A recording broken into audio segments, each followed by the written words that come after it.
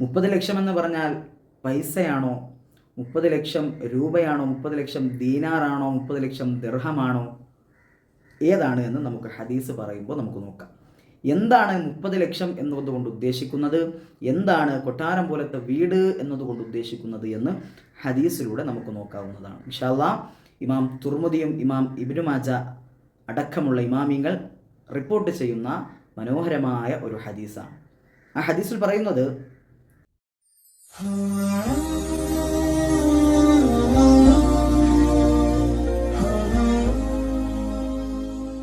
അസ്സലാമു അലൈക്കും വറഹ്മത്തുള്ളാഹി ബിസ്മില്ലാ വൽഹംദുലില്ലാ. പ്രിയപ്പെട്ട മുഅ്മിനീങ്ങളെ, 30 ലക്ഷവും ഒരു കൊട്ടാരം പോലത്തെ വീടും, അതായത് ഒരു കൊട്ടാരം പോലിരിക്കുന്ന വീടും നമുക്ക് ലഭിക്കുന്ന അത്ഭുതകരമായ ഒരു ദിക്റിനെ കുറിച്ച് പരിചയപ്പെടുത്തി തരാനാണ് ഇൻഷാ അല്ലാഹ് ഇന്നത്തെ വീഡിയോയിലൂടെ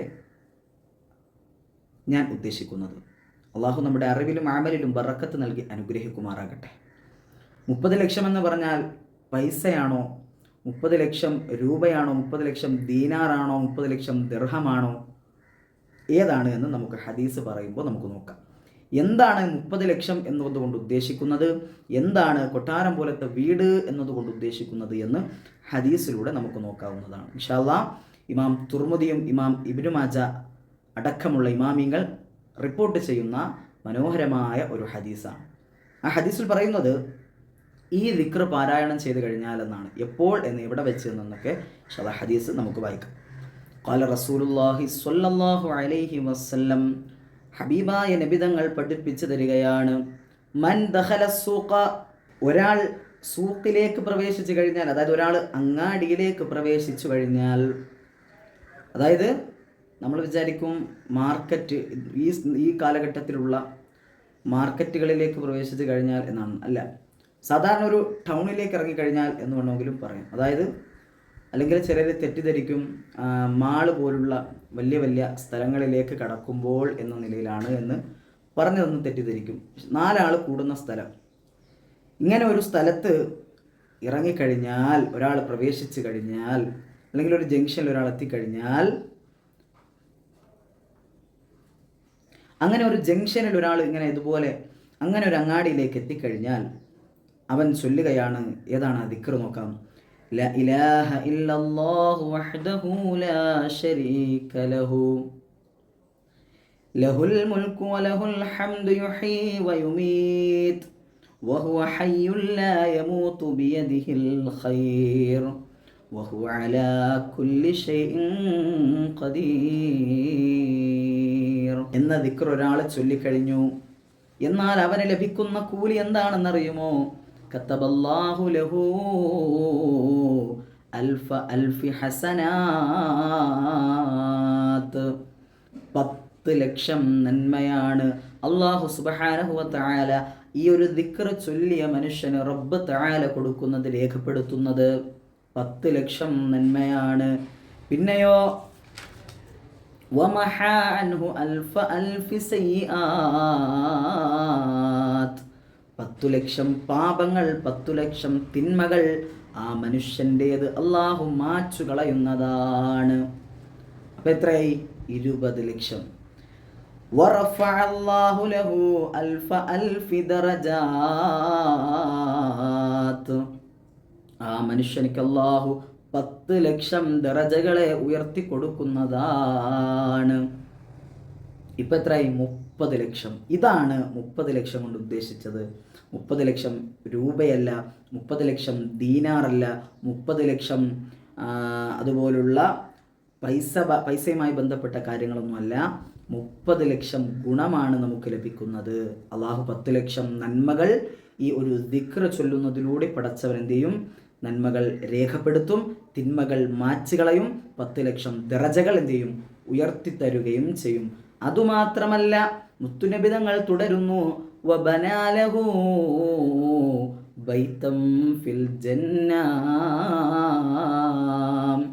സ്വർഗത്തിൽ അല്ലാഹു സുബ്ഹാനഹു വ തആല അവന് വേണ്ടി ഒരു കൊട്ടാരം പണിയുമെന്നാണ്. ഒരു ഭവനം, സ്വർഗത്തിലെ ഭവനം എന്ന് പറയുന്നത് അത്രയ്ക്ക് ഖൈറായ ഒരു ഭവനമാണ്. കൊട്ടാരം പോലും തോറ്റുപോകുന്ന ഭവനങ്ങളാണ്. അപ്പം അത്രയേറെ ഹൈറായൊരു ഭവനം അള്ളാഹു അവന് വേണ്ടി പണിയുമെന്നാണ് ഏത് ദിക്റ്. അപ്പോൾ ജംഗ്ഷനിലോട്ട് അങ്ങാടിയിലോട്ടൊക്കെ പോകുമ്പോൾ എൻ്റെ പ്രിയപ്പെട്ട സഹോദരന്മാരെ സഹോദരിമാരെ, ഈ ഒരു ദിക്ർ ഇൻഷാ അള്ളാഹ് ചൊല്ലുക. ഇതിപ്പോൾ തന്നെ കാണാതെ പഠിച്ചോളുക. ഇത് ചൊല്ലിക്കഴിഞ്ഞാൽ നമുക്ക് 30 ലക്ഷം നേട്ടങ്ങളാണ് അതുകൊണ്ട് നമുക്ക് ലഭിക്കുന്നത്. അതുപോലെ തന്നെ സ്വർഗത്തിൽ അള്ളാഹുവിൻ്റെ കൊട്ടാരവും നമുക്ക് ലഭിക്കും ഇൻഷാ അള്ളാഹ്. അള്ളാഹു അതിനുള്ള ഭാഗ്യം നൽകി അനുഗ്രഹിക്കുമാറാകട്ടെ. അപ്പോൾ ഏതായാലും 30 ലക്ഷം എന്നുള്ളത് ഉദ്ദേശിച്ചത് എന്താണെന്ന് മനസ്സിലായി അല്ലേ? അപ്പോൾ ഏതാണ് ആ ദിക്ർ എന്ന് നമുക്ക് നോക്കാം. ഈ ദിക്ർ ഇൻഷാ അള്ളാഹ് ഒരു 7 പ്രാവശ്യം ചൊല്ലിയിട്ട് നമുക്ക് ദുആ ചെയ്ത് പിരിയാം. അള്ളാഹു തൗഫീഖ് നൽകി അനുഗ്രഹിക്കുമാറാകട്ടെ. لا إله إلا الله وحده لا شريك له له الملك وله الحمد يحيي ويميت وهو حي لا يموت بيده الخير وهو على كل شيء قدير.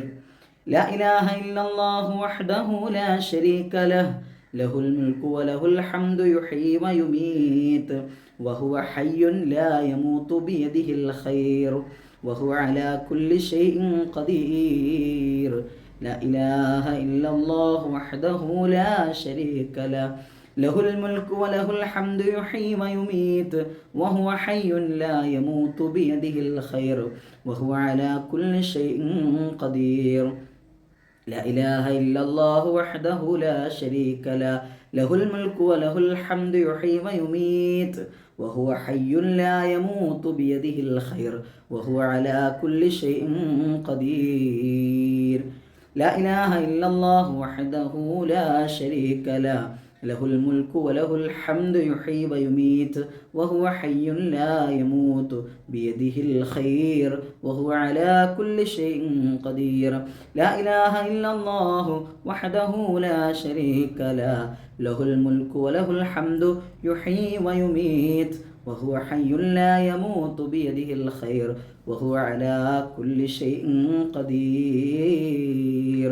لا إله إلا الله وحده لا شريك له له الملك وله الحمد يحيي ويميت وهو حي لا يموت بيده الخير وهو على كل شيء قدير. الحمد لله. അർഹമുറാഹിമായ റബ്ബേ, അല്ലാഹുവേ, ഈ ദിക്ർ ചൊല്ലുമ്പോൾ ഹബീബായ നബി സല്ലല്ലാഹു അലൈഹി വസല്ലമ തങ്ങൾ നമുക്ക് ലഭിക്കുമെന്ന് പറഞ്ഞ സർവ്വവിധ പ്രതിഫലങ്ങളും റബ്ബേ ഞങ്ങളിപ്പോൾ ചൊല്ലി എല്ലാവർക്കും നൽകി നീ അനുഗ്രഹിക്കണമേ അല്ലാഹ്. ഞങ്ങളുടെ ജീവിതത്തിലുള്ള സർവ്വവിധ പ്രയാസങ്ങളും ബുദ്ധിമുട്ടുകളും പ്രശ്നങ്ങളും പരിഹാരം നൽകി നീ അനുഗ്രഹിക്കണമേ അല്ലാഹ്. ജീവിതത്തിലുടനീളം സന്തോഷവും സമാധാനവും സംതൃപ്തിയും നൽകി നീ അനുഗ്രഹിക്കണേ അല്ലാഹ്. ബിഹഖ്ഖി നബിയിൽ മുസ്തഫ മുഹമ്മദിൻ സല്ലല്ലാഹു അലൈഹി വസല്ലം വബിറഹ്മതിക യാ അർഹമർ റഹീമീൻ. വആഖിറു ദഅവാനാ അനിൽ ഹംദുലില്ലാഹി റബ്ബിൽ ആലമീൻ. അസ്സലാമു അലൈക്കും വറഹ്മത്തുള്ളാഹി വബറകാതുഹു.